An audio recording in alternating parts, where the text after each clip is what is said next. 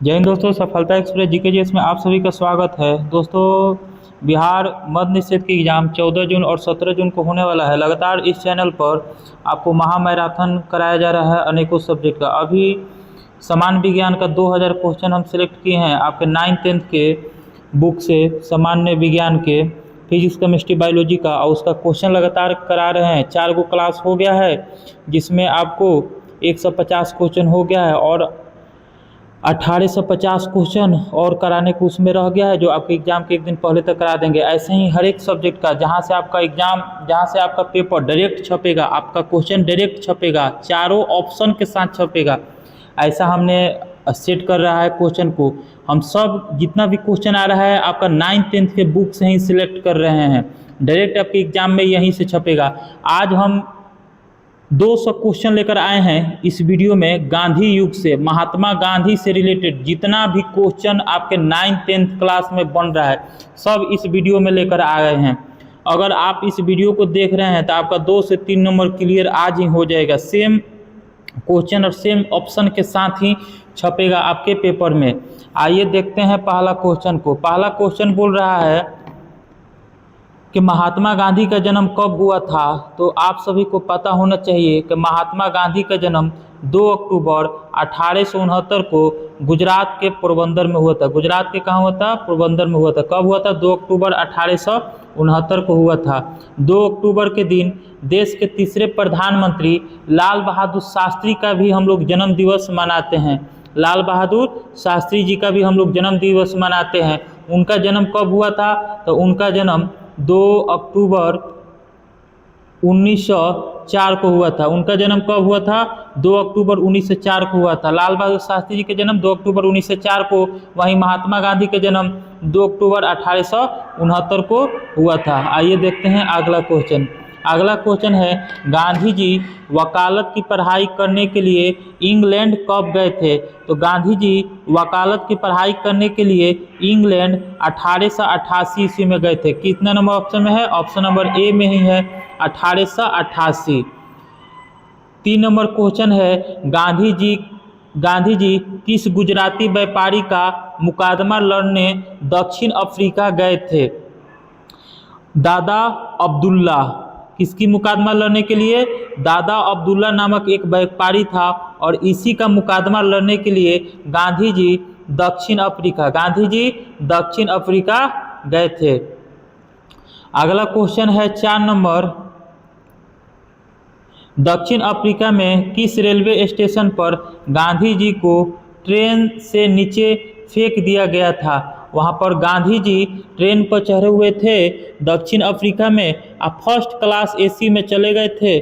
उस समय वहाँ भी अंग्रेज का शासन था और उसमें लिखा था कि फर्स्ट एसी में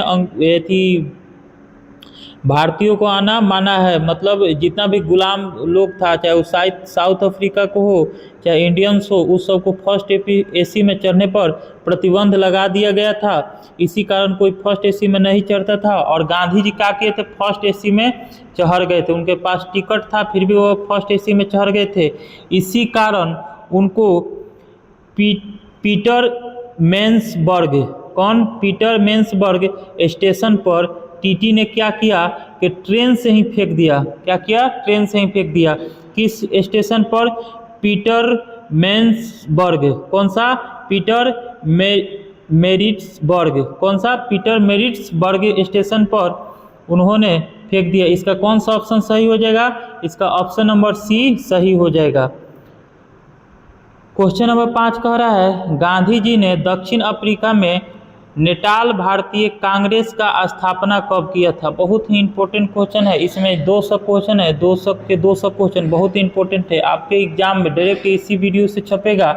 गांधी जी ने दक्षिण अफ्रीका में नेटाल भारतीय कांग्रेस का स्थापना कब किया था। तो नेटाल भारतीय कांग्रेस का स्थापना 1894 ईस्वी में। कब? 1894 ईस्वी में गांधी जी ने दक्षिण अफ्रीका में नेटाल भारतीय कांग्रेस का स्थापना किया था। 6 नंबर क्वेश्चन है, गांधी जी द्वारा दक्षिण अफ्रीका में शुरू किए गए अखबार का नाम बताइए। गांधी जी के द्वारा जो दक्षिण अफ्रीका में जो अखबार शुरू किया गया था उसका नाम बताइए। बताइए इन चारों ऑप्शन में से कौन सा इसका आंसर सही होगा।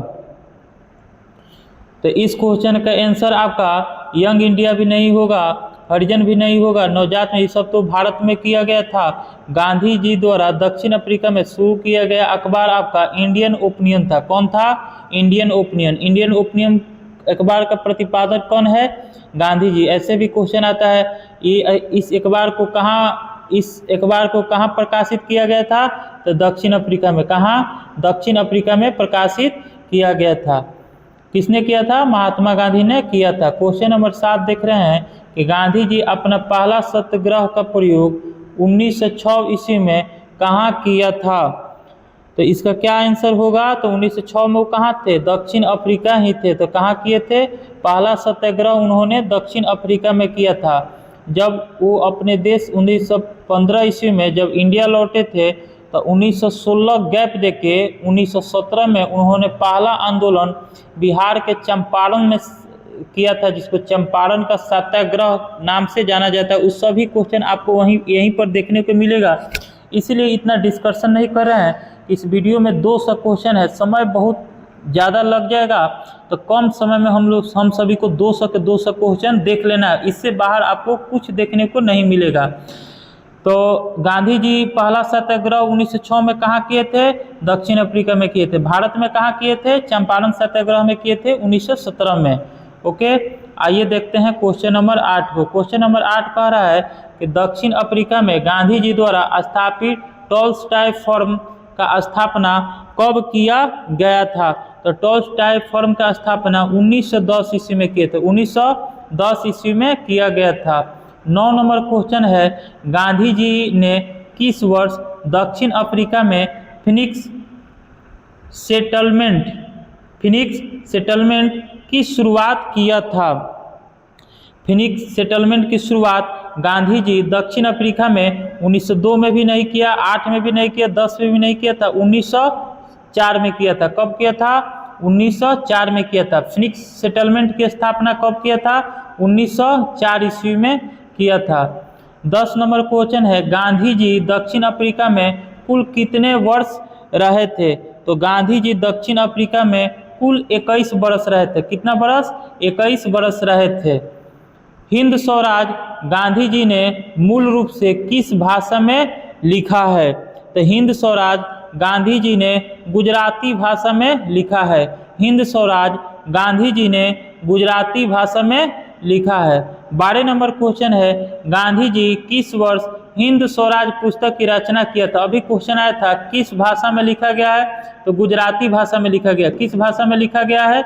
गुजराती भाषा में लिखा गया है। और हिंद स्वराज का पुस्तक किस वर्ष रचना किया गया था, मतलब किस वर्ष उन्होंने इसको लिखा था? तो उन्होंने इसको 1909 ईस्वी में लिखा था। कब लिखा था? 1909 ईस्वी में। किस भाषा में? गुजराती भाषा में लिखा था। आइए देखते हैं अगला क्वेश्चन कि दक्षिण अफ्रीका की सरकार ने गांधी जी को किस वर्ष केसर-ए-हिंद, कौन सा? केसर-ए-हिंद की उपाधि से सम्मानित किया था, जो उन्होंने बाद में लौटा दिया? अभी ही बता रहे हैं उन्होंने कब लौटाया था। आपको क्वेश्चन भी देखने को मिलेगा, लेकिन अभी भी हम बता देंगे कब लौटाया था, किस घटना के खिलाफ में उन्होंने लौटाया था। क्वेश्चन आपसे है कि दक्षिण अफ्रीका की सरकार ने, ध्यान से पढ़िएगा, केसर-ए-हिंद की उपाधि कौन दिया था? तो दक्षिण अफ्रीका की सरकार दिया था। ये भी आपसे पूछ सकता है।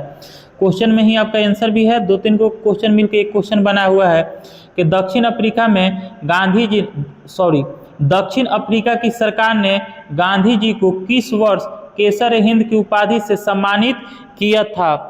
1915 ईस्वी में। कब? 1915 में। 1915 में ही गांधी जी दक्षिण अफ्रीका से भारत लौटे थे और 1915 में ही दक्षिण अफ्रीका की सरकार ने केसर-ए-हिंद की उपाधि से उन्हें सम्मानित किया था। लेकिन 4 साल बाद 1919 में एक पंजाब के अमृतसर के जालियांवाला बाग में एक नरसंहार होता है 13 अप्रैल 1919 को, जिसको जालियांवाला बाग हत्याकांड के नाम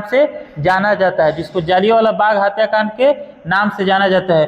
उसी के आक्रोश में आकर वैसा नरसंहार घटना घटा था अपना देश में। फर्स्ट बार गांधी जी अब देखे थे और उतना बड़े पैमाने पर फर्स्ट बार नरसंहार हुआ था अंग्रेजों के द्वारा। इसी के विरोध में अंग्रेजों से नाराज होकर गांधी जी 1919 में केसर हिंद की उपाधि को लौटा दिया, त्याग कर दिया। कब किया? 1919 में त्याग कर दिया। देखते हैं 14 नंबर क्वेश्चन। 14 नंबर क्वेश्चन कर रहा है कि गांधी जी के राजनीतिक गुरु कौन माने जाते थे? गांधी जी के ये क्वेश्चन सब आपके बिहार पुलिस में पूछा हुआ है। 2013 के करीब में, 13-14 के करीब में बिहार पुलिस के एग्जाम हुआ था, उस समय ये क्वेश्चन आया था और उसके बाद भी आया है, बहुत बार ये सब रिपीट करता है। और उस समय ये बिहार पुलिस में पूछा हुआ एक क्वेश्चन है, गांधी जी के राजनीतिक गुरु कौन है? गांधी जी के राजनीतिक गुरु कौन है? तो गांधी जी के राजनीतिक गुरु गोपाल कृष्ण गोखले हैं। राजनीतिक गुरु कौन है? गोपाल कृष्ण गोखले। कौन है राजनीतिक गुरु? गोपाल कृष्ण गोखले हैं। किसके गुरु है? गांधी जी के गुरु है। आइए देखते हैं आगे क्वेश्चन। 15 नंबर क्वेश्चन कर रहा है कि गोखले जी ने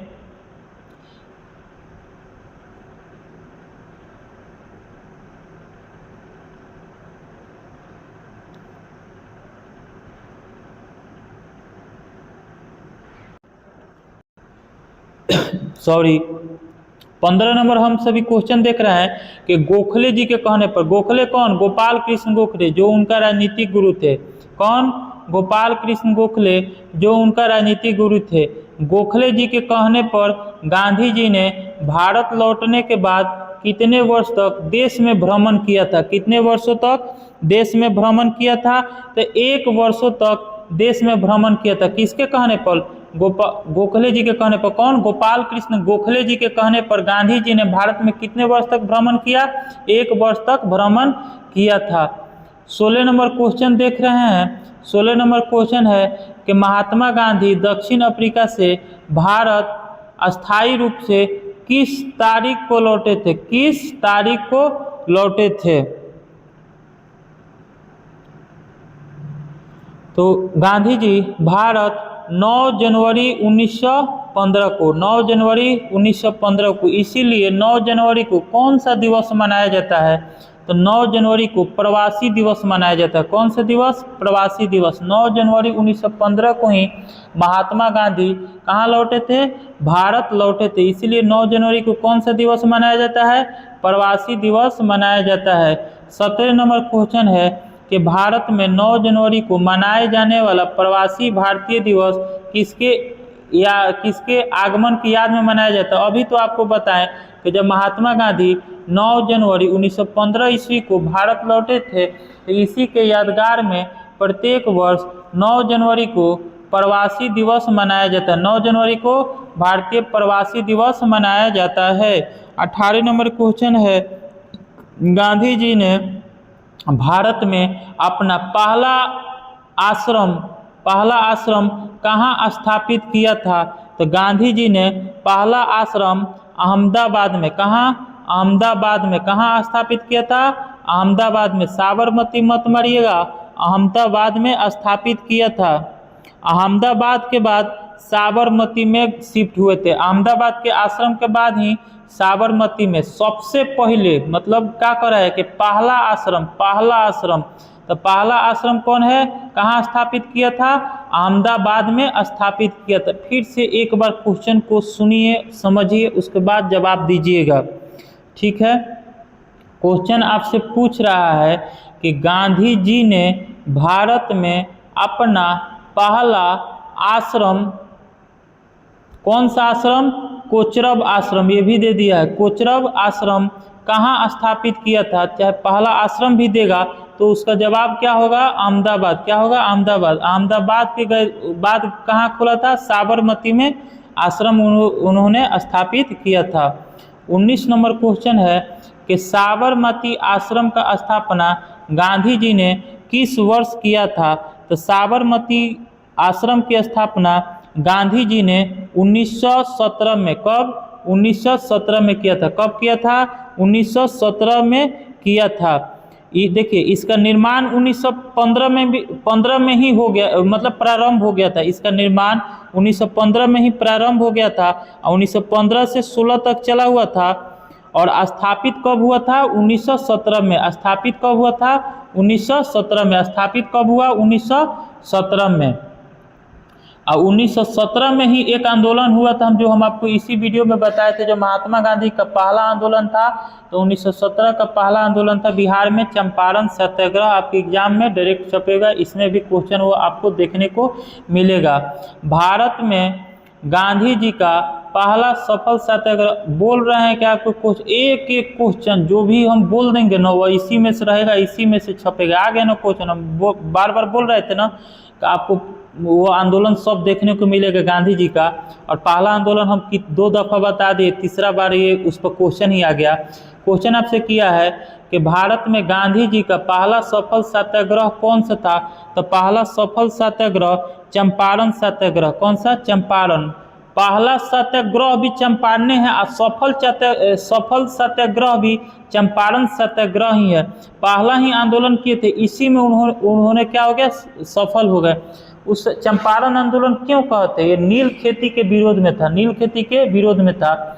जब अपना देश गुलाम था तो उस समय अंग्रेजों के द्वारा चंपारण के लोगों से, अंग्रेज बोलता था, ब्रिटिश सरकार बोलता था चंपारण के लोग से, अगर आपके पास 20 कट्ठा खेत है, मतलब 1 बीघा खेत है, तो आपको 3 कट्ठा पर आपको नील करना पड़ेगा। 17 कट्ठा पर ही आप कृषि कीजिएगा। 1 बीघा में 20 कट्ठा होता है। अब 20 कट्ठा बोलता था कि 20 कट्ठा में आपको 3 कट्ठा पर नील और 17 कट्ठा पर अपना खेती कीजिए। और नील के खेती करने से न खेत की उर्वरक शक्ति कमजोर हो जाती है, खेत ऊसर हो जाता है। क्या हो जाता है? ऊसर हो जाता है। इसीलिए लोग नील की खेती करना नहीं चाहते थे। लेकिन अंग्रेज जोर जबरदस्ती से बूट से मार मार कर खेती करवाते थे। इसी से तंग आकर राजकुमार शुक्ल नाम का एक व्यक्ति थे। राजकुमार शुक्ल नाम के एक व्यक्ति थे। तो उन्होंने महात्मा गांधी को आग्रह किया, रिक्वेस्ट किया, और उन्हीं के रिक्वेस्ट करने पर डॉक्टर राजेंद्र प्रसाद भी उसी समय महात्मा गांधी से मिले थे। और महात्मा गांधी, डॉक्टर राजेंद्र प्रसाद, ये सभी आदमी कहाँ पहुँचे? चंपारण पहुँचे। चंपारण में सत्याग्रह छिड़ गया 1917 में, जिसमें महात्मा गांधी को जेल भी हुआ था। और उसके बावजूद भी इस आंदोलन को महात्मा गांधी जीत गए। इस आंदोलन को महात्मा गांधी जीत गए। आइए देखते हैं 21 नंबर क्वेश्चन। इतिहास होता है कि सुनिए समझिए। अब आपके पास समय उतना थोड़े है कि ये देखिएगा, वो देखिएगा, लिखिएगा, नहीं। जो क्वेश्चन आ रहा है इससे रिलेटेड जो कुछ भी है हम आपको बता रहे हैं, मौखिक भी बता रहे हैं, दिमाग में बैठा लीजिए और जाइए। और बार बार तो ये सब रिवीजन होते रहेगा। फिर जो अगला कल हम वीडियो लेकर आएंगे, अगला वीडियो कांग्रेस का अधिवेशन 1885 से लेके 1947 तक कितना अधिवेशन जो इम्पोर्टेंट है, कौन किया, कब किया, क्या हुआ, ये सब चीज़ आपको उसमें देखने को मिलेगा। उसमें 300 से 350 क्वेश्चन आपका बना हुआ है 9th-10th के बुक से। ओके, उसमें से आपका 1 से 2 नंबर आपका क्लियर हो जाएगा। हम जब अपना एग्जाम 2024 में दिए थे बिहार पुलिस का, जो अभी हम बिहार पुलिस में, तो उस समय हमसे अधिवेशन से पूछा गया तो 1920 का अधिवेशन कहाँ हुआ था। आपसे भी 1 से 2 प्रश्न उसमें से देखने को मिलेगा, जिसका कल वीडियो लेकर आएंगे। आज क्या है? गांधी युग है। ठीक है, कल आएगा आपका कांग्रेस का अधिवेशन। आइए देखते हैं 21 नंबर क्वेश्चन को। 21 नंबर क्वेश्चन कहता है कि बिहार के चंपारण में किसानों को नील की खेती के लिए कौन सी प्रणाली का सामना करना पड़ता? आप अभी तो आपको बताया कि 3 कट्ठिया प्रणाली। हम बोले ना कि 20 कट्ठा है। कितना कट्ठा है? 20 कट्ठा है। तो 20 कट्ठा में से आपको 3 कट्ठा पर खेती करना पड़ेगा। किसका? नील खेती का। इसी को 3 कट्ठिया प्रणाली कहा जाता है। कौन सा प्रणाली? 3 कट्ठिया प्रणाली कहा जाता है। 3/20 को। 20 कट्ठा जमीन में आपको 3 कट्ठा पर नील करना है और 20 में से 3 गया 17 कट्ठा पर ही खेती करना, वो भी जबरदस्ती होता था। ठीक है ना। इसी का विरोध करके इसको गांधी जी क्या किए? समाप्त करवाए। आइए देखते हैं 22 नंबर क्वेश्चन। 22 नंबर क्वेश्चन है कि चंपारण आने के लिए गांधी जी को किसने आमंत्रित किया था? ये भी क्वेश्चन आपको बता दिए, राजकुमार शुक्ल। अभी डिस्कशन में 2 मिनट पहले, 1 से 2 मिनट पहले हम बताए थे। किसके आग्रह पर गांधी जी आए थे? राजकुमार शुक्ला के आग्रह पर गांधी जी कब पहुँचे? चंपारण पहुँचे। आइए देखते हैं 23 नंबर क्वेश्चन। गांधी जी ने किस वर्ष चंपारण आए थे? 1917। ये सब हो गया, ऑप्शन नंबर बी 1917। 24 नंबर फिर चंपारण आंदोलन से आ गया। चंपारण सत्याग्रह की सफलता के बाद किसने गांधी जी को महात्मा की उपाधि दिया? कितना अच्छा क्वेश्चन है, कितना अच्छा क्वेश्चन है। देखिए उस समय जब था ना, 1917 के बात है, तो अंग्रेज से बात कर लेना मतलब लगता था कि कोई जिंदगी भर का कोई पुण्य किया है कि अंग्रेज से बातचीत हो गया। उससे तो आंदोलन करके जीत जाना तो बहुत दूर के बात है। उस समय गांधी जी अंग्रेजों से क्या किए? आंदोलन करके जीत गए और उस सब का जो कानून था, कानून को वापस लेना पड़ा और तीन कठिया प्रणाली को समाप्त करना पड़ा। और गांधी जी का इस अथक प्रयास को देखते हुए कौन? रविंद्रनाथ टैगोर। कौन? रविंद्रनाथ टैगोर ने महात्मा गांधी जी को महात्मा का उपाधि दिया। क्या, किसका उपाधि दिया? महात्मा गांधी को। गांधी जी को सबसे पहले उपाधि कौन दिया है भारत में? रविंद्रनाथ टैगोर। किसके उपलक्ष्य में? चंपारण सत्याग्रह के सफल होने के उपलक्ष्य में रविंद्रनाथ टैगोर ने महात्मा गांधी जी को किसका उपाधि दिया? महात्मा का उपाधि दी। इसलिए आज इनको महात्मा गांधी कहा जाता है, महात्मा गांधी कहा जाता है। इसी में आगे आपको क्वेश्चन पूछने को मिलेगा कि बापू की उपाधि किसने दिया था? किसका? बापू की उपाधि किसका? बापू की उपाधि किसने दिया था? तो बापू का उपाधि आपका दिए थे कौन? नेताजी सुभाष चंद्र बोस। कौन दिए थे? नेताजी सुभाष चंद्र बोस दिए थे। आगे इसमें देखने को मिलेगा। तो इसका सही आंसर क्या हो जाएगा? इसका सही आंसर हो जाएगा रविंद्रनाथ टैगोर। आइए देखते हैं 25 नंबर क्वेश्चन। 25 नंबर क्वेश्चन कह रहा है कि गांधी जी ने भारत में पहली बार भूख हड़ताल, कौन सा हड़ताल? भूख हड़ताल का प्रयोग किस आंदोलन में किया था? पहली बार भूख हड़ताल का प्रयोग अहमदाबाद मिल हड़ताल में किया था। कब किया था? अहमदाबाद मिल हड़ताल। कब? 1918। 1918 कब? 1918 ईस्वी। कब ईस्वी?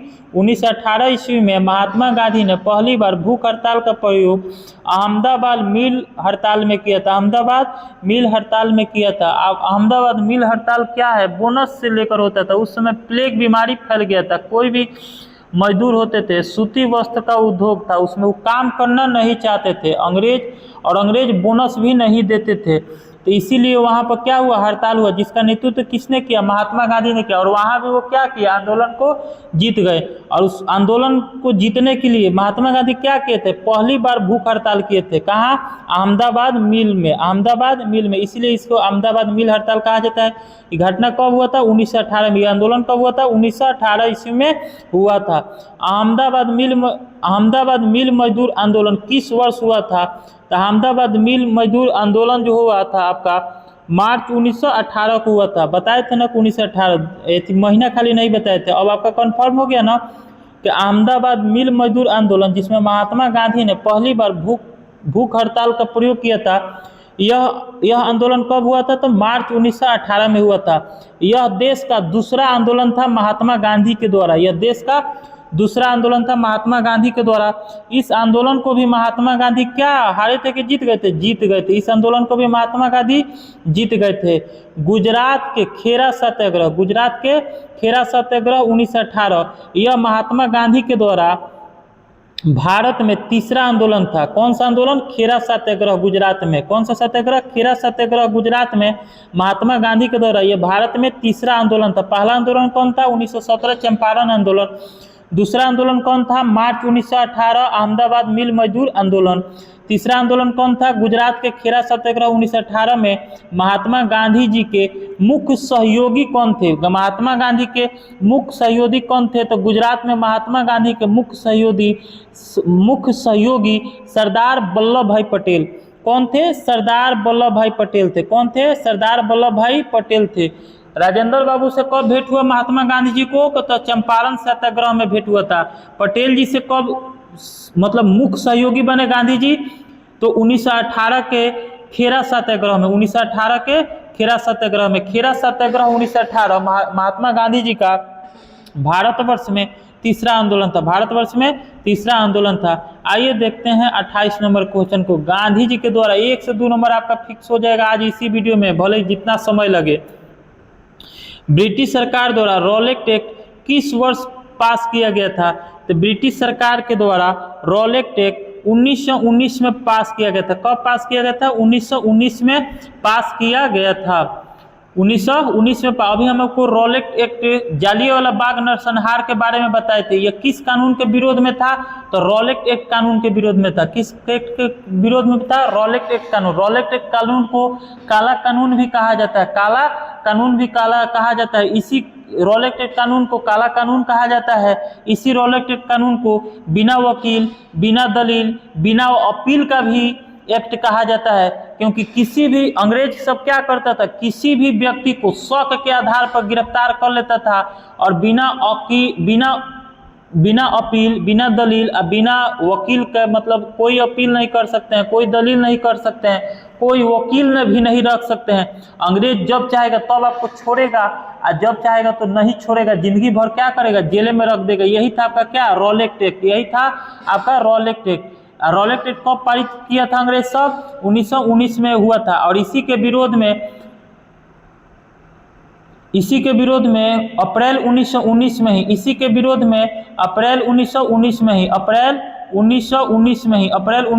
में ही पंजाब के अमृतसर के जालियांवाला बाग में एक नरसंहार होता है। रॉलेट एक्ट जालियांवाला बाग नरसंहार के नाम से उसको इतिहास में जाना जाता है, जिसमें अंग्रेजों ने भारत के लगभग 1000 लोगों को गोली से मौत के घाट उतार दिया था। गोली से मौत के घाट उतार दिया था।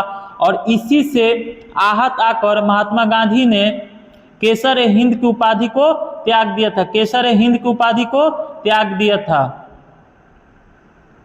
आइए देखते हैं अगला क्वेश्चन। अगला क्वेश्चन 29 नंबर है कि किस कानून को भारतीय जनता के द्वारा बिना वकील, बिना दलील, बिना अपील, बिना दलील, फिर से सुनिए, इसको हम डिस्कशन में बता भी दिए हैं इससे पहले कि बिना वकील, बिना अपील, बिना दलील का काला कानून कहा जाता है। तो अभी आपको हम बताए थे कि रॉलेट एक्ट कानून को काला कानून कहा जाता है। रॉलेट एक्ट कानून को ही बिना वकील, बिना अपील, बिना दलील का भी कानून कहा जाता है, क्योंकि अंग्रेज रॉलेट एक्ट के तहत जो 1919 में उन्होंने पारित किया था, इसका रॉलेट एक्ट कानून किसकी अध्यक्षता में पारित हुआ था? तो sir Sydney Rowlatt act. Sir Sydney Rowlatt किसकी अध्यक्षता में यह कानून पारित हुआ था भारत में? Sir Sydney Rowlatt. याद कर लीजिए, सर सिडनी रॉलेट की अध्यक्षता में रॉलेट एक्ट कानून को भारत में पारित किया गया था। कब? 1919 में। और इसी रॉलेट एक्ट कानून को काला कानून भी कहा जाता है। इसी रॉलेट एक्ट कानून को बिना वकील, बिना अपील, बिना दलील का भी कानून कहा जाता है, क्योंकि जिस व्यक्ति को शक के आधार पर गिरफ्तार कर लिया जाता था, वह वकील नहीं रख सकता था, वह कहीं अपील नहीं कर सकता था, वह दलील नहीं दे सकता था। किस कानून के खिलाफ में? रॉलेट एक्ट कानून के खिलाफ में। आइए 29 नंबर का आंसर क्या हो जाएगा? बी हो जाएगा। आइए देखते हैं 30 नंबर क्वेश्चन। 30 नंबर क्वेश्चन आ गया ना, जो डिस्कशन बार बार हो रहा है वो क्वेश्चन आगे देखने को मिल ही रहा है। तो मिल रहा है, जालियांवाला बाग हत्याकांड किस तिथि को हुआ था? तो 13 अप्रैल 1919 को हुआ था। उस समय 2 वरिष्ठ कांग्रेसी नेता सत्यपाल और सैफुद्दीन किचलू को गिरफ्तार कर लिया था। 2 वरिष्ठ कांग्रेस, उस समय कांग्रेस का बहुत महत्व था। पूरे भारतवर्ष को एक ही पार्टी पर उम्मीद थी, कांग्रेस पर उम्मीद थी कि कांग्रेस ही ऐसा संगठन है जो भारत को आज़ादी दिलाएगा। और उस समय कांग्रेस के 2 वरिष्ठ नेता 1919 में सत्यपाल और सैफुद्दीन किचलू को अंग्रेजों ने क्या किया? गिरफ्तार कर लिया था।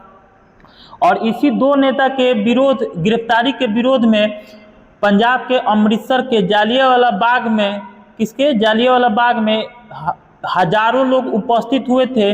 और उसी में से एक भारतीय व्यक्ति था, हंसराज। कौन था? हंसराज। और वह खबर जाकर जनरल ओ डायर को दे दिया था। उस समय पंजाब का वो क्या था? गवर्नर था। कौन था? जनरल ओ डायर को दे दिया था। ठीक है ना। उसके बाद क्या किया गया? उसके बाद जालियांवाला बाग में मात्र एक ही गेट था। अंग्रेज आए, उसके बाद उस गेट को बंद कर दिए। उसके बाद चारों तरफ से पुलिस भिड़ गई अपनी पोजीशन में। उसके बाद जो डायर था वो बोल दिया कि टैक्स फायर। और उसके बाद अंग्रेजों ने जितना, उसमें 5 साल के भी लड़का था, 6 साल का भी लड़का था, ठीक है ना। जितना जो कोई भी था सबको क्या किया, गोली से मार दिया। लेकिन उनमें से एक बहुत छोटा बच्चा बच गया, कौन, उधम सिंह। कौन बच गया, उधम सिंह। आगे चलकर उधम सिंह, ये भी क्वेश्चन आपको देखने को मिलेगा, आगे चलकर उधम सिंह इंग्लैंड जाकर जो डायर हजारों लोगों को मौत के घाट उतारे थे, उसको जाकर इंग्लैंड में जाकर उसको गोली से मारता है, इंग्लैंड में जाकर उसको गोली से मारता है। कौन, वही उधम सिंह जो जालियांवाला बाग नरसंहार में बच जाता है, जालियांवाला बाग नरसंहार में बच जाता है। उस समय वो बहुत छोटा था, ठीक है ना। आइए देखते हैं क्वेश्चन नंबर 31 को। सब क्वेश्चन है, ज़्यादा डिस्कशन करेंगे तो समय एक ही क्वेश्चन पर लग जाएगा, बाद में समय की कमी के कारण वीडियो को रोकना पड़ेगा। इसीलिए जो मेन पॉइंट है वही आपको बता रहे हैं और आगे बढ़ रहे हैं। 31 नंबर पॉइंट है, जालियांवाला बाग में निहत्ती भीड़ पर, जालियांवाला बाग में निहत्ती भीड़ पर गोली चलाने का आदेश किसने दिया था? तो गोली चलाने का आदेश जनरल डायर दिया था। कौन दिया था? जनरल डायर दिया था। कौन दिया था? जनरल डायर था। इसी जनरल डायर को जालियांवाला बाग नरसंहार में एक लड़का बैठा, उधम सिंह जाकर इसको इंग्लैंड में गोली मारता है। सब क्वेश्चन आपको देखने को मिलेगा। तो गोली चलाने का आदेश कौन दिया था? जनरल डायर ने दिया था। जालियांवाला बाग हत्याकांड के विरोध में गांधी जी ने कौन सी उपाधि ब्रिटिश सरकार को लौटा दी? तो केसर हिंद की उपाधि ब्रिटिश सरकार को लौटा दी। ये क्वेश्चन आगे भी डिस्कशन में बता देते। केसर हिंद की उपाधि महात्मा गांधी को किसने दिया था? आपको उस समय क्वेश्चन आया था ना कि दक्षिण अफ्रीका के सरकार ने महात्मा गांधी को 1915 ईस्वी में केसर हिंद की उपाधि से नवाजा था। आइए देखते हैं कितना number question, 33 number question. Jallianwala Bagh हत्याकांड की जांच के लिए ब्रिटिश सरकार ने किस कंपनी का गठन किया था? तो ब्रिटिश सरकार ने हंटर कमेटी का गठन किया था। कौन से कमेटी का गठन किया था? हंटर कमेटी का गठन किया था। हंटर कमेटी का गठन किया था। किस कमेटी का गठन किया था? तो हंटर कमेटी का गठन किया था। और हंटर कमेटी ने जनरल डायर को निर्दोष साबित कर दिया। क्या कर दिया? निर्दोष साबित कर दिया था। इतना ही मतलब कमीना सब अंग्रेज था, समझ गए ना। तो वही क्वेश्चन है आपका 33 नंबर कि जालियांवाला बाग हत्याकांड की जांच के लिए ब्रिटिश सरकार ने किस कमेटी का गठन किया था? तो हंटर कमेटी का गठन किया था। किस कमेटी का गठन किया था? हंटर कमेटी का गठन किया था। खिलाफत आंदोलन 1919 को गांधी जी ने क्यों समर्थन दिया था? गांधी जी ने क्यों समर्थन दिया था? तो हिंदू मुस्लिम एकता को बढ़ावा देने के लिए। क्यों समर्थन दिया था? हिंदू मुस्लिम एकता को बढ़ावा देने के लिए गांधी जी ने खिलाफत आंदोलन का भी समर्थन किया था। वही आपसे क्वेश्चन पूछ रहा है कि खिलाफत आंदोलन 1919 को गांधी जी ने क्यों समर्थन दिया था? तो हिंदू मुस्लिम एकता को बढ़ावा देने के लिए समर्थन दिया था। 35 नंबर क्वेश्चन है, अखिल भारतीय खिलाफत कमेटी, कौन सा? अखिल भारतीय खिलाफत कमेटी ने दिल्ली अधिवेशन 1919 की अध्यक्ष कौन चुने गए थे? फिर से क्वेश्चन पढ़िए कि अखिल भारतीय खिलाफत कमेटी के दिल्ली अधिवेशन 1919 के अध्यक्ष कौन चुने गए थे? तो 1919 के अध्यक्ष महात्मा गांधी चुने गए थे। 1919 का अध्यक्ष महात्मा गांधी चुने गए थे। किसका अध्यक्ष? अखिल भारतीय खिलाफत कमेटी के दिल्ली अधिवेशन कब हुआ था? 1919 में हुआ था। और उसका अध्यक्ष कौन चुने थे? महात्मा गांधी चुने थे। और उसी में महात्मा गांधी ने खिलाफत आंदोलन को समर्थन प्रदान किया। क्यों प्रदान किया? हिंदू मुस्लिम एकता को बढ़ावा देने के लिए। तो आपका 34 नंबर भी क्लियर हो गया, 35 नंबर भी आपका क्लियर हो गया, 35 नंबर भी आपका क्लियर हो गया। 36 नंबर क्वेश्चन देखते हैं। 36 नंबर क्वेश्चन कह रहा है कि गांधी जी के नेतृत्व में पहला राष्ट्रव्यापी क्या था? आंदोलन कौन था? देखिए, आंदोलन 1917 में हुआ, 18 में भी हुआ, 17 में एगो हुआ, 18 में दूगो हुआ। 18 में दूगो कहाँ हुआ? तो एगो हुआ था आपका अहमदाबाद मिल में हुआ था, एगो आपका खेरा सत्याग्रह हुआ था। और पहले का कहाँ हुआ था? चंपारण में हुआ था। तो टोटल कितना हुआ? 3 गो हुआ था। उसके बाद 1919 में ही घटना ही हो गया था। फिर 1919 में खिलाफत आंदोलन का नेतृत्व किया था कौन? गांधी जी। उसके बाद 1920 आता है, तो 1920 में ही गांधी जी ने पहला जन आंदोलन को ही राष्ट्रव्यापी आंदोलन कहा जाता है। राष्ट्रव्यापी आंदोलन या जन आंदोलन वैसे आंदोलन को कहा जाता है जो पूरे भारतवर्ष में वह आंदोलन हुआ था। पूरे भारतवर्ष में वह आंदोलन हुआ था, मतलब देश राष्ट्र लेवल पर वह आंदोलन हुआ था। पूरा देश में उस आंदोलन का समर्थन प्रदान हुआ था महात्मा गांधी जी को। कौन सा आंदोलन था? तो असहयोग आंदोलन था। कौन सा आंदोलन था? असहयोग आंदोलन था। असहयोग आंदोलन की शुरुआत कब हुआ था? तो असहयोग आंदोलन की शुरुआत 1 अगस्त, कब? 1 अगस्त 1920 को, 1 अगस्त 1920 को असहयोग आंदोलन प्रारंभ हुआ था। 1 अगस्त 1920 को असहयोग आंदोलन प्रारंभ हुआ था। 1 अगस्त 1920 को असहयोग आंदोलन प्रारंभ हुआ था। 1 अगस्त 1920 को असहयोग आंदोलन प्रारंभ हुआ था। 1 अगस्त 1920 को असहयोग आंदोलन प्रारंभ हुआ था। 1 अगस्त 1920 को असहयोग आंदोलन प्रारंभ हुआ था। 1 अगस्त 1920 को असहयोग आंदोलन प्रारंभ हुआ था। और 1 अगस्त 1920 को ही देश के एक प्रसिद्ध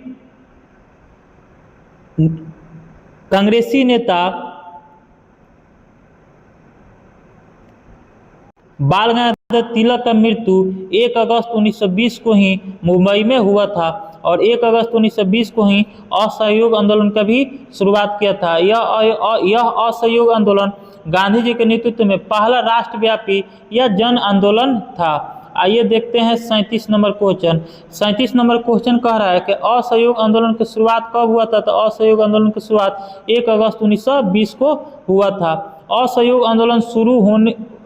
आंदोलन शुरू होने वाले दिन ही भारत के किस महान नेता का निधन हो गया था? ये आपको बताए थे ना, सब तो डिस्कशन में करा रहे हैं कि उसी दिन जिस दिन असहयोग आंदोलन का शुरुआत हुआ था उसी दिन बाल गंगाधर तिलक जी का मृत्यु हो गया था।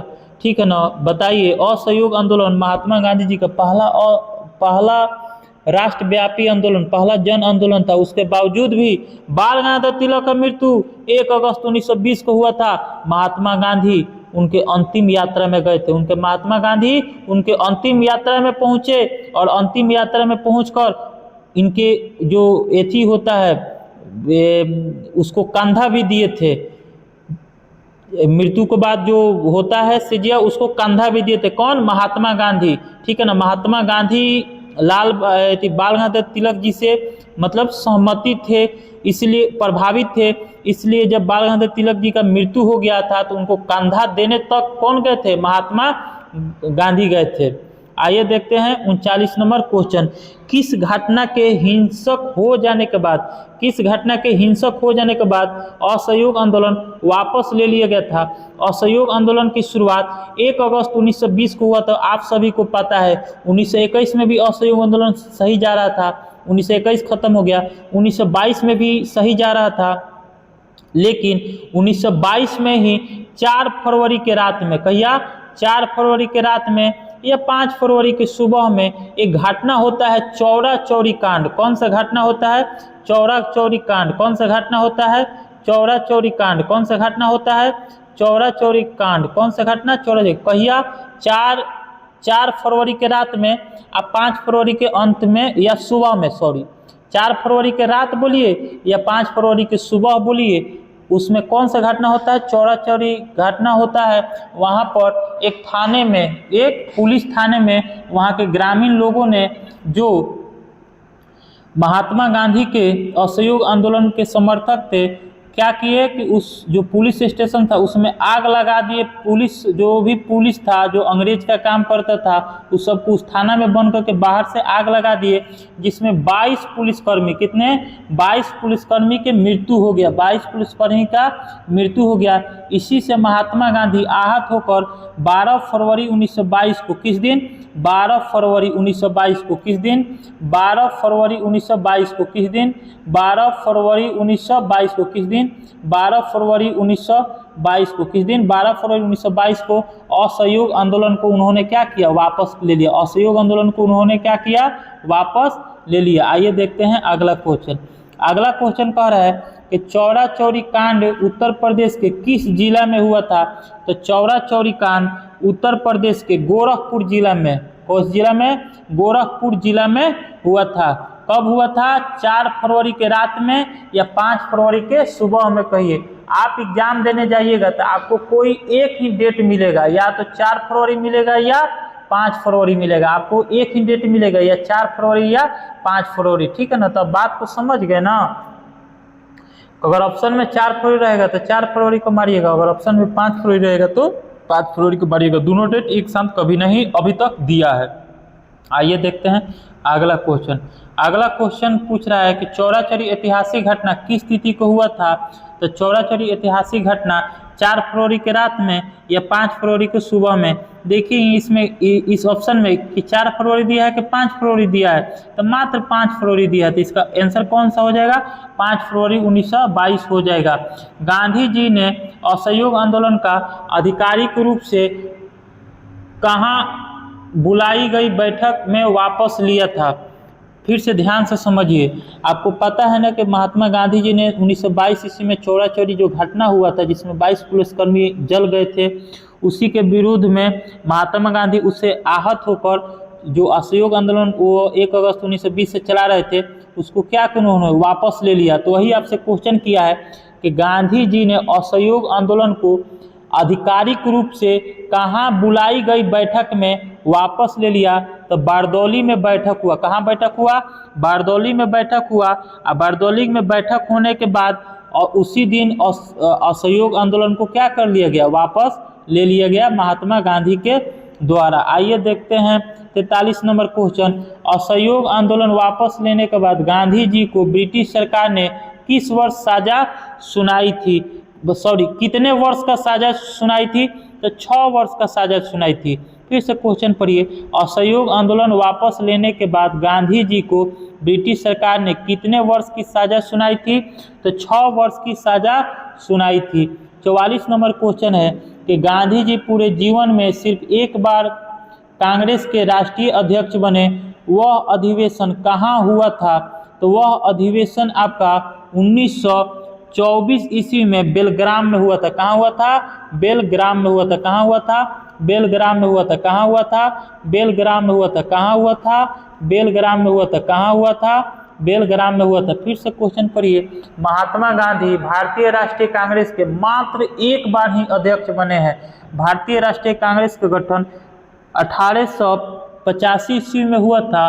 1885 से लेकर 1947 के बीच में महात्मा गांधी चाहे वो अपने जीवन के अंतिम दिन तक मतलब एक बार ही अध्यक्ष बने। कब बार?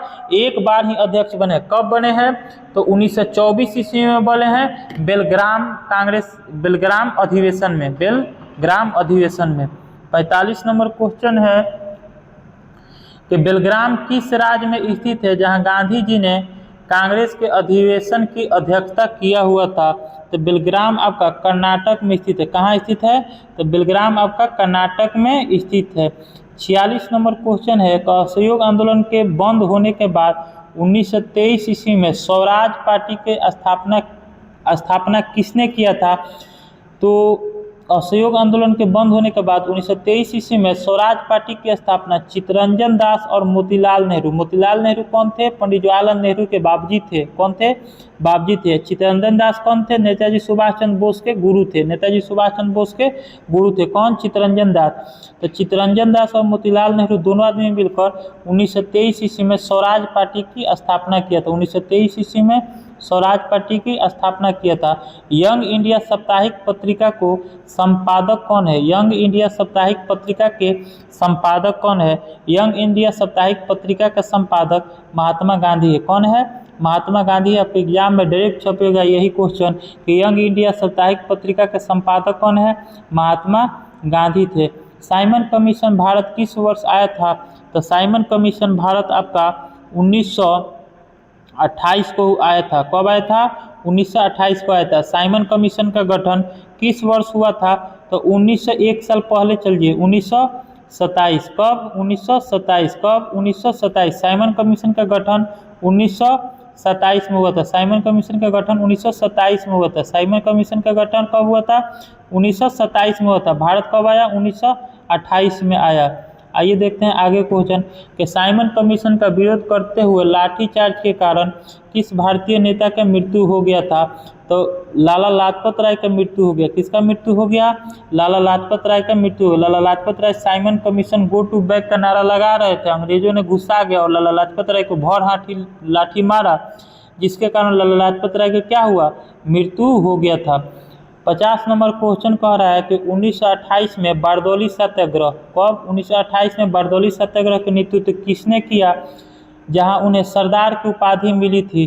तो 1922 ईस्वी में बारदौली सत्याग्रह वल्लभ भाई पटेल ने किया था। किसने किया था? वल्लभ भाई पटेल ने किया था। और वही बारदौली के महिलाओं ने वल्लभ भाई पटेल को सरदार की उपाधि दिया। किसका उपाधि दिया? सरदार को उपाधि दिया। उसी समय से वल्लभ भाई पटेल को सरदार वल्लभ भाई पटेल के नाम से जाना जाता है। वल्लभ भाई पटेल को सरदार वल्लभ भाई पटेल के नाम से जाना जाता है। 51 नंबर क्वेश्चन है आपका, कांग्रेस के किस ऐतिहासिक अधिवेशन 1929 में पूर्ण स्वराज को प्रस्तावित पारित किया गया था। तो आपका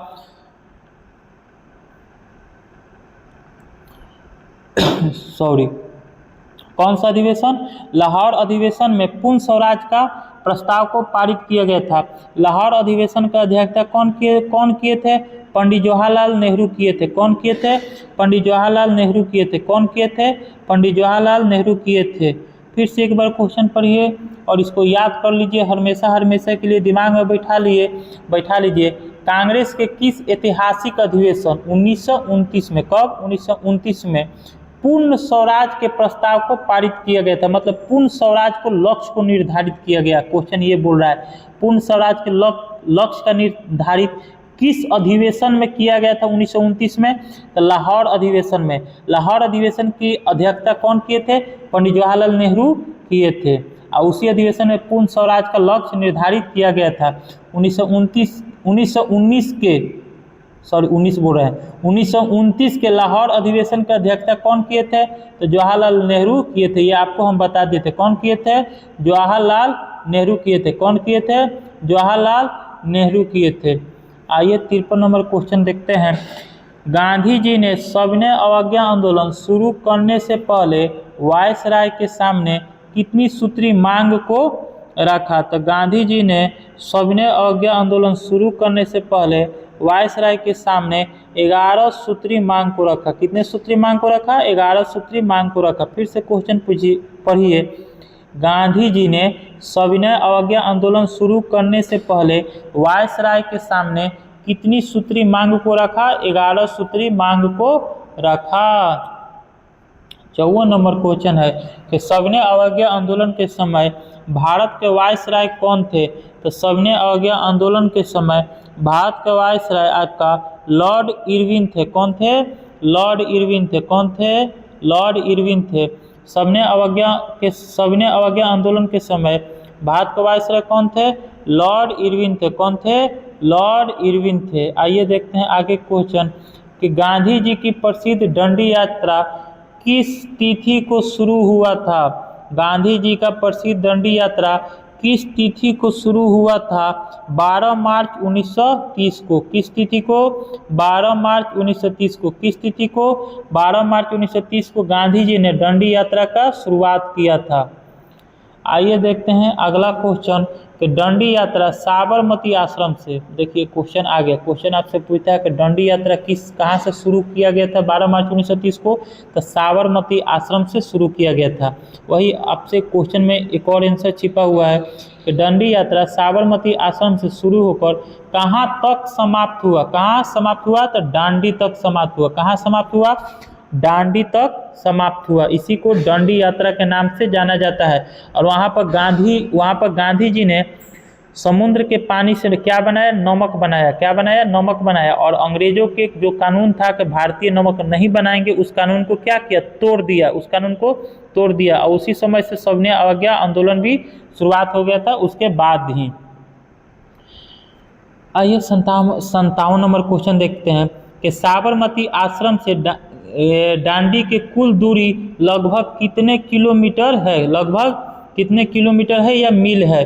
ठीक है ना। तो 241 मील है, मील में पूछेगा तो 241 मील, और किलोमीटर में 385। फिर से क्वेश्चन पढ़िए कि गांधी जी 12 मार्च 1930 ईस्वी को जब डंडी यात्रा का शुरुआत किए थे कानून को तोड़ने के लिए, तो कहाँ से शुरू किए थे? अहमदाबाद से। कहाँ तक पहुँचे? डांडी तक पहुँचे। तो बीच की दूरी कुल कितना था? तो 241 मील। अगर मील में पूछेगा तो 241 मील, किलोमीटर में पूछेगा तो 385 किलोमीटर। आइए देखते हैं 58 नंबर क्वेश्चन कि डांडी यात्रा में गांधी जी के साथ कुल कितने चुने हुए अनुयायी शामिल हुए थे? देखिए बहुत लोग शामिल हुए थे। कितना? बहुत लोग शामिल हुए थे। गांधी जी का बहुत बोलबाला था उस समय, लेकिन क्वेश्चन कह रहा है कि साथ कुल कितने चुने अनुयायी शामिल थे, मतलब चुने हुए अनुयायी कितना शामिल थे? तो चुने हुए अनुयायी आपका 78 शामिल थे। कितने शामिल थे? 78 लोग थे जो गांधी जी के द्वारा चुने गए थे। 78 लोग थे जो गांधी जी के द्वारा चुने गए थे। देखिए शामिल तो बहुत लोग थे, लेकिन 78 लोग को गांधी जी ने चुना था। देखिए 59 नंबर क्वेश्चन क्या कह रहा है? 59 नंबर क्वेश्चन कह रहा है कि गांधी जी ने डांडी पहुंचकर नमक कानून को किस तारीख को तोड़ा? गांधी जी डांडी पहुंचकर नमक कानून को किस तारीख को तोड़ा?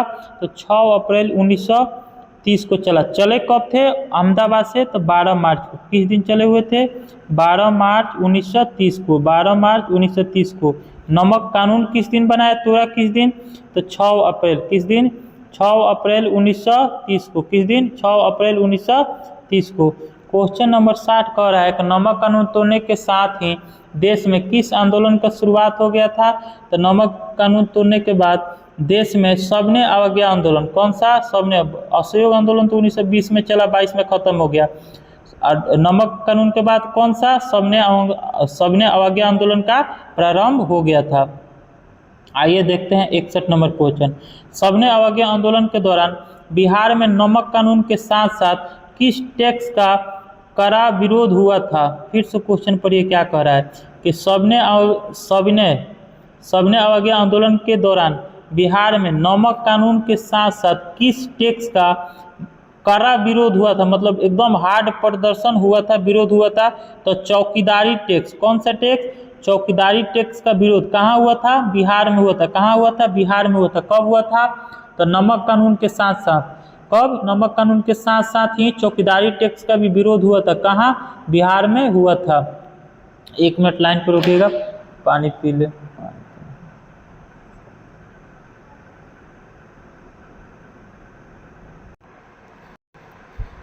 62 नंबर क्वेश्चन कह रहा है तो उत्तर पश्चिमी सीमा प्रांत लाल कुर्ती आंदोलन का नेतृत्व किसने किया था, जिसे सीमांत गांधी भी कहा जाता है? तो खान अबुल गफ्फार खान। कौन? किसने शुरू किया था? खान अबुल गफ्फार खान। और खान अबुल गफ्फार खान को ही सीमांत गांधी कहा जाता है।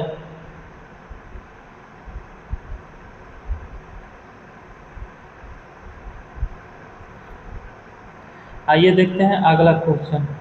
63 नंबर क्वेश्चन कह रहा है कि गांधी जी की डांडी यात्रा की तुलना नेपोलियन के एल्बा से पेरिस मार्च से किसने किया था? फिर से क्वेश्चन पढ़िए कि गांधी जी के डांडी यात्रा की तुलना नेपोलियन के एल्बा से पेरिस मार्च से किसने की थी? पेरिस मार्च से किसने की थी? सुभाष चंद्र बोस। कौन? सुभाष चंद्र बोस ने तुलना किया था। क्या तुलना किया था? कि नेपोलियन के एल्बा से पेरिस मार्च से। नेपोलियन के एल्बा के पेरिस मार्च से। नेपोलियन के एल्बा के पेरिस मार्च से तुलना किया था। किसने किया था? सुभाष चंद्र बोस ने तुलना किया था। 64 नंबर क्वेश्चन है कि प्रथम गोलमेज सम्मेलन लंदन में किस वर्ष हुआ था? तो प्रथम गोलमेज सम्मेलन लंदन में 1930 में हुआ था। कब हुआ था? 1930 में हुआ था। 65 नंबर क्वेश्चन है कि सबने अवज्ञा आंदोलन को रोकने के लिए गांधी इरविन समझौता किस वर्ष हुआ था? तो सबने अवज्ञा आंदोलन को रोकने के लिए गांधी इरविन समझौता 5 मार्च 1931 को। कब? 5 मार्च 1931 को हुआ था। कब हुआ था? 5 मार्च 1931 को हुआ था। कब हुआ था? 5 मार्च 1931 को हुआ था। कब हुआ था? 5 मार्च 1931 को हुआ था। 66 नंबर क्वेश्चन है कि गांधी इरविन समझौता को, कितना नंबर क्वेश्चन है? 66 नंबर क्वेश्चन है कि गांधी इरविन समझौता को अन्य किस नाम से जाना जाता है? तो गांधी इरविन समझौता को दिल्ली समझौता के नाम से भी जाना जाता है। किस समझौता के नाम से जाना जाता है? दिल्ली समझौता के नाम से भी जाना जाता है। 67 नंबर क्वेश्चन है कि महात्मा गांधी ने किस एकमात्र गोलमेज सम्मेलन में भाग लिया था? तो महात्मा गांधी ने द्वितीय गोलमेज सम्मेलन जो 1931 में हुआ था, द्वितीय गोलमेज सम्मेलन 1931 ईस्वी में हुआ था, इसी में महात्मा गांधी ने भाग लिया था। 68 नंबर क्वेश्चन कह रहा है कि द्वितीय गोलमेज सम्मेलन में भाग लेने के लिए महात्मा गांधी जी लंदन किस जहाज से गए थे? तो एस राजपूताना। किस जहाज से? एस राजपूताना जहाज से महात्मा गांधी कहाँ गए थे? लंदन गए थे। लंदन में ही प्रथम गोलमेज सम्मेलन, द्वितीय गोलमेज सम्मेलन, तृतीय गोलमेज सम्मेलन का आयोजन किया गया था। तीनों गोलमेज सम्मेलन में कौन उपस्थित हुए थे? तो तीनों गोलमेज सम्मेलन में बाबा साहब भीमराव अम्बेडकर उपस्थित हुए थे। महात्मा गांधी किस मात्र एक गोलमेज सम्मेलन में उपस्थित हुए थे? तो द्वितीय गोलमेज सम्मेलन जो 1931 में हुआ था, उसमें महात्मा गांधी और सरोजिनी नायडू भी शामिल हुए थे। चलिए 69 नंबर क्वेश्चन देखते हैं कि लंदन में गांधी जी को किसने अर्धनग्न फकीर कहा? किसने अर्धनग्न फकीर कहा? महात्मा गांधी जी सिर्फ धोती पहनते थे, इसी को देखते हुए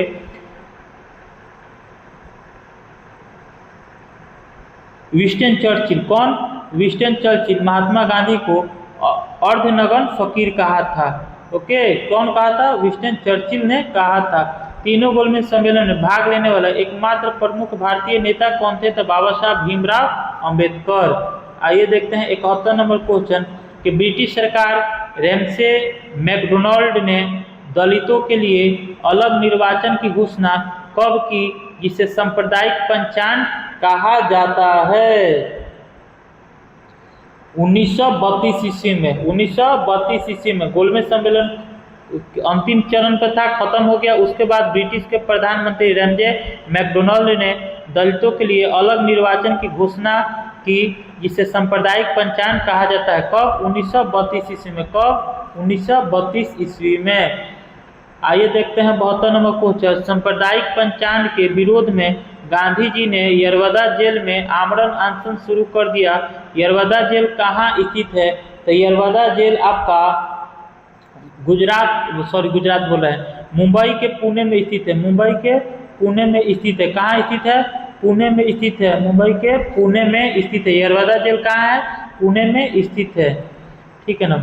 गांधी जी और देखिए आपका ऑप्शन में पुणे मुंबई भी दिए, लेकिन मुंबई नहीं बने, मुंबई सिटी को दर्शा रहा है। मुंबई के पुणे कहाँ है? महाराष्ट्र में है। सॉरी, पुणे कहाँ है? महाराष्ट्र में। कहाँ है? महाराष्ट्र में। अब महाराष्ट्र के पुणे में कहाँ मानेंगे? पुणे में। महाराष्ट्र की राजधानी तो मुंबई हो गया था।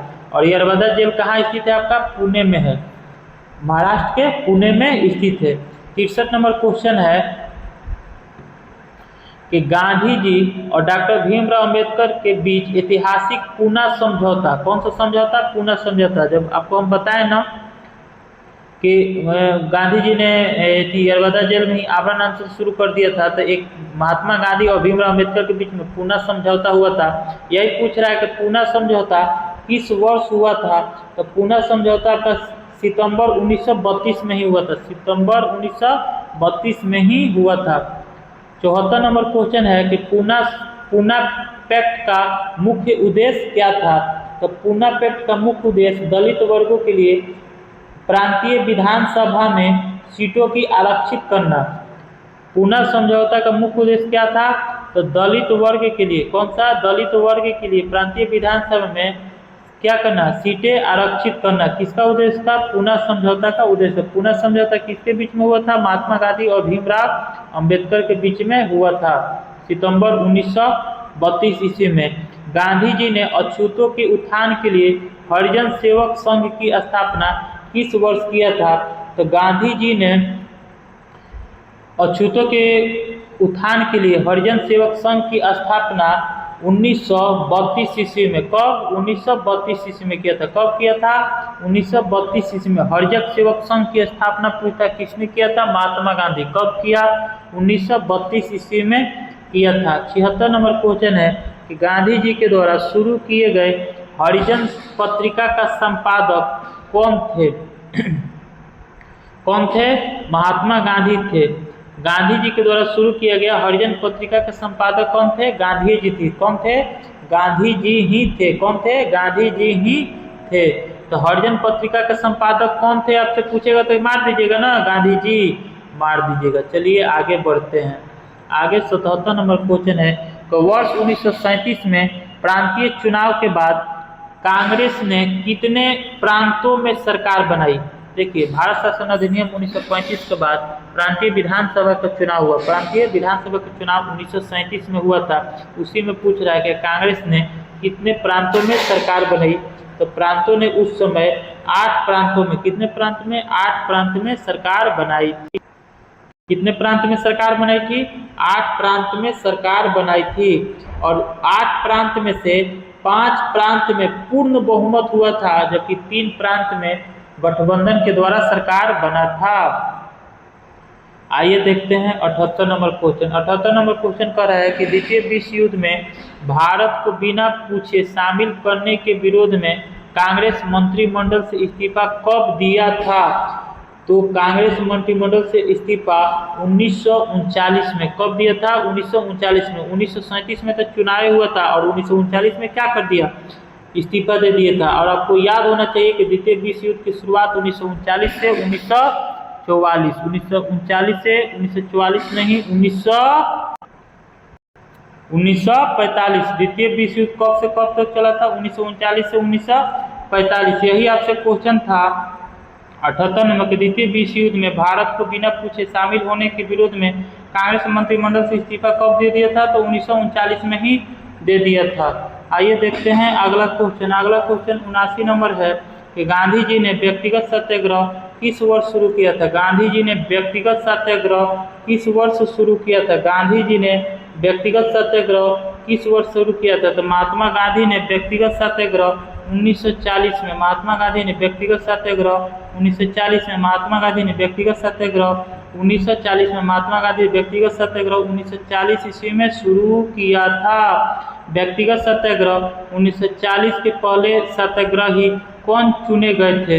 बार बार आपसे क्वेश्चन पूछा है और अभी भी पूछेगा आपके एग्जाम में कि व्यक्तिगत सत्याग्रह 1940 के पहले सत्याग्रही कौन चुने गए थे? तो पहले सत्याग्रही आचार्य विनोबा भावे थे। कौन थे? आचार्य विनोबा भावे थे। कौन थे? आचार्य विनोबा भावे थे। व्यक्तिगत सत्याग्रह के पहले सत्याग्रही कौन थे? आचार्य विनोबा भावे थे।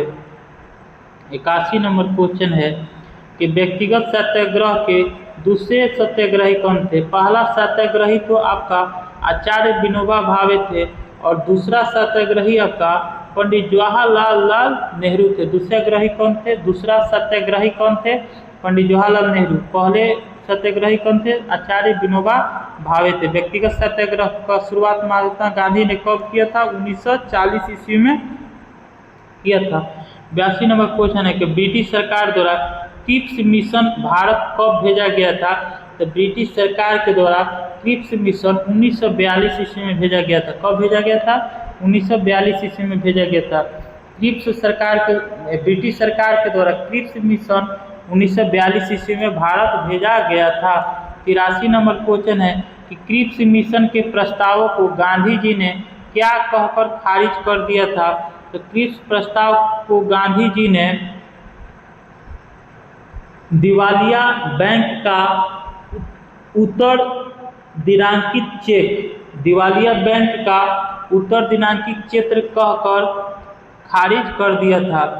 क्रिप्स मिशन को गांधी जी ने दिवालिया बैंक का उत्तर दिनांकित चेक कहकर क्या कर दिया था? खारिज कर दिया था। 84 नंबर क्वेश्चन है भारत छोड़ो आंदोलन प्रस्ताव कांग्रेस ने कहाँ पास किया था?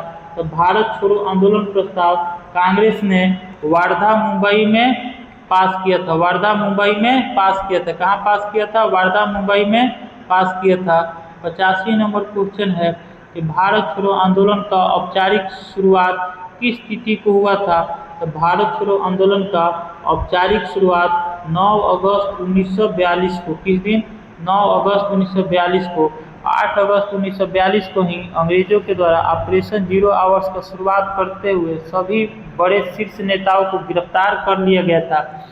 फिर भी उसके अगले दिन 9 अगस्त 1942 को भारत छोड़ो आंदोलन की शुरुआत हुआ था, लेकिन नेता सभी गिरफ्तार हो गए थे, इसीलिए यह आंदोलन सफल नहीं हुआ। भारत छोड़ो आंदोलन के समय गांधी जी ने कौन सा प्रसिद्ध नारा दिया था? तो उसी समय गांधी जी ने करो और मरो का नारा दिया था। कौन सा नारा दिया था? करो और मरो का नारा दिया था। 87 नंबर क्वेश्चन है कि भारत छोड़ो आंदोलन शुरू होते ही ब्रिटिश सरकार ने कांग्रेसी नेताओं को गिरफ्तार करने के लिए कौन सा ऑपरेशन शुरू किया था? तो ऑपरेशन 0 आवर। कौन सा हम बताए हैं ना आपको कि ऑपरेशन 0 आवर्स का शुरुआत करते हुए 8 अगस्त की रात को ही सभी शीर्ष नेताओं को गिरफ्तार कर लिया था। भारत छोड़ो आंदोलन के दौरान गांधी जी को गिरफ्तार करके कहाँ रखा गया था? तो उस समय गांधी जी को गिरफ्तार करके आगा खां पैलेस में रखा गया था। कहाँ रखा गया था? आगा खां पैलेस में रखा गया था। और आगा खां पैलेस कहाँ स्थित है? पुणे में स्थित है। जब ऑपरेशन 0 आवर्स के तहत सभी बड़े शीर्ष नेताओं को गिरफ्तार किया गया था, तो उस समय गांधी जी को आगा खां पैलेस में रखा गया था। और आगा खां पैलेस कहाँ है? पुणे में स्थित है। 89 नंबर क्वेश्चन कह रहा है कि भारत छोड़ो आंदोलन के दौरान बिहार के किस बड़े नेता को हजारीबाग जेल में रखा गया था, जो बाद में जेल से भागकर निकल गए थे? तो कौन थे? जयप्रकाश नारायण थे। कौन थे? जयप्रकाश नारायण को हजारीबाग जेल में रखा गया था और यह जयप्रकाश नारायण जेल से भाग गए थे। जयप्रकाश नारायण जेल से भाग गए थे। जयप्रकाश नारायण जेल से भाग गए थे। भारत छोड़ो आंदोलन के समय राजेंद्र प्रसाद को बिहार के किस जेल में रखा गया था? तो डॉक्टर राजेंद्र प्रसाद को बांकीपुर जेल में रखा गया था। डॉक्टर राजेंद्र प्रसाद को बांकीपुर जेल में रखा गया था। बांकीपुर कहाँ है? पटना में है। बांकीपुर कहाँ है? पटना में है। भारत छोड़ो आंदोलन के दौरान भूमिगत होकर रेडियो पर प्रसारण करने वाली महिला नेता कौन थी? तो रेडियो पर प्रसारण करने वाली महिला नेता उषा मेहता थी। कौन थी? उषा मेहता थी। कौन थी? उषा मेहता थी। कौन थी? उषा मेहता थी। कौन थी? उषा मेहता थी। फिर से क्वेश्चन सुनिए कि भारत छोड़ो आंदोलन के दौरान भूमिगत होकर रेडियो पर प्रसारण करने वाली महिला नेता कौन थी? उषा मेहता थी। आइए देखते हैं 92 नंबर क्वेश्चन। 92 नंबर क्वेश्चन कह रहा है 1942 के दौरान आज़ाद दस्ता का गठन किसने किया था? तो 1942 के दौरान आज़ाद दस्ता का गठन जयप्रकाश नारायण ने किया था। किसने किया था? जयप्रकाश नारायण। जयप्रकाश नारायण ही हजारीबाग जेल से फरार हो गए थे और आपका आज़ाद दस्ता का गठन 1942 में किए थे। ठीक है ना। आइए देखते हैं अगला क्वेश्चन कि गांधी जी को सबसे पहले राष्ट्रपिता कहकर किसने, आपको बता दें कि राष्ट्रपिता किसने कहा था? सुभाष चंद्र बोस ने कहा था। ठीक है ना। महात्मा किसने कहा था? रविंद्रनाथ टैगोर ने कहा था। आइए देखते हैं 94 number question. Cabinet mission Bharat किस वर्ष आया था? तो कैबिनेट मिशन भारत 1946 में आया था। कब आया था? 1946 में आया था। कैबिनेट मिशन ही हम कुछ संविधान पर आए हैं, उसमें हम कैबिनेट मिशन योजना के बारे में बताए हैं कि कैबिनेट मिशन मार्च 1946 में भारत आया था। कैबिनेट मिशन योजना का मुख्य उद्देश्य ये था कि भारत को एक संविधान तैयार कर देना है। भारत को एक संविधान तैयार कर देना है। फिर कैबिनेट मिशन ने अगस्त 1946 में ही अपना रिपोर्ट को प्रस्तुत किया, जिसके तहत कैबिनेट मिशन योजना ने बताया कि 389 सदस्य को संविधान सभा में चुना जाएगा। कितने सदस्य को? 389 सदस्य को संविधान सभा में चुना जाएगा। 389 सदस्य को संविधान सभा में चुना जाएगा। 10 लाख की आबादी पर एक सदस्य को निर्धारित किया गया। 10 लाख की आबादी पर एक सदस्य को निर्धारित किया गया था। ठीक है ना। और वो बताया था कि यही संविधान सभा भारत के संविधान का निर्माण करेंगे। यही संविधान सभा भारत के संविधान को निर्माण करेंगे। आगे चलकर संविधान सभा का गठन हुआ और 9 दिसंबर 1946 को संविधान सभा का पहला बैठक हुआ। वही आपसे क्वेश्चन पूछा है कि कैबिनेट मिशन का भारत किस वर्ष आगमन हुआ? तो मार्च अप्रैल कुछ नहीं दिया है 1946, लेकिन अगर महीना के साथ पूछे तो मार्च 1946 हो जाएगा। 95 नंबर क्वेश्चन है कि स्वतंत्रता के समय महात्मा गांधी कहाँ थे जहाँ वे सांप्रदायिक दंगों को शांत करा रहे थे? तो उस समय महात्मा गांधी बंगाल में थे। कहाँ थे? बंगाल में थे। कहाँ थे? बंगाल कोलकाता में थे, नवास खली में। बंगाल में कहाँ थे? नवास खली में थे, ठीक है ना। खासकर कोलकाता देता है उस समय, ठीक है ना। आइए देखते हैं 96 नंबर। 96 नंबर क्वेश्चन है कि गांधी जी की आत्मकथा का क्या नाम है? तो गांधी जी की आत्मकथा का नाम है सत्य के साथ मेरा प्रयोग। कौन सा? माई एक्सपेरिमेंट्स विथ ट्रूथ, सत्य के साथ मेरा प्रयोग उनकी आत्मकथा है। 97 नंबर क्वेश्चन है कि महात्मा गांधी की हत्या किस तिथि को किया गया था? तो महात्मा गांधी की हत्या 30 जनवरी 1948। किस दिन? 30 जनवरी 1948। जैसे आज़ाद हुआ, आज़ाद का अभी 1 साल भी नहीं हुआ था, पहले महात्मा गांधी की हत्या कर दिया गया 30 जनवरी 1948 को। 98 नंबर क्वेश्चन कह रहा है कि महात्मा गांधी की हत्या किसने की थी? तो महात्मा गांधी की हत्या नाथूराम गोडसे ने किया था 30 जनवरी 1948 ईस्वी को। दिल्ली में स्थित महात्मा गांधी के समाधि स्थल को किस नाम से जाना जाता है? तो महात्मा गांधी के समाधि स्थल को राजघाट के नाम से जाना जाता है। किस घाट को? राजघाट के नाम से जाना जाता है, ठीक है ना। आइए देखते हैं अगला क्वेश्चन कि गांधी जी के मृत्यु पर किसने कहा था कि हमारे जीवन से प्रकाश चला गया था? जवाहरलाल नेहरू। कौन कहे थे? जवाहरलाल नेहरू ने कहा था कि हमारे जीवन से प्रकाश चला गया। दोस्तों इस वीडियो में हम 200 क्वेश्चन कराने वाले थे, लेकिन मन बहुत थक गया है, दिन भर ड्यूटी किए हैं, उसके बाद आपका साइंस क्लास लिए, साइंस क्लास में कुछ ज़्यादा ही सोल्यूशन करा दिए उतना, जिससे मेरा मन थक गया है। इसी कारण इस वीडियो में हम गांधी युग से 200 क्वेश्चन सेट किए हैं, लेकिन हम 100 क्वेश्चन ही करा सकते हैं, इससे ज़्यादा हम नहीं करा सकते हैं। इसके आगे का जो वीडियो आएगा क्लास 2 के नाम से हम कल चढ़ा देंगे, अपलोड कर देंगे। कल सुबह में शूट करेंगे और उसको अपलोड कर देंगे।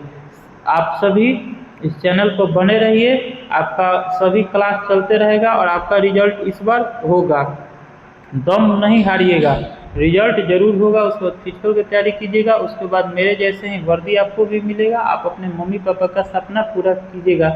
बस इस चैनल को सब्सक्राइब कीजिए, बेल आइकन की घंटी को दबा दीजिए कि जो भी हम वीडियो चढ़ाएं आपके पास नोटिफिकेशन पहुंच जाए। बस इस वीडियो में इतना ही। जय हिंद, जय भारत।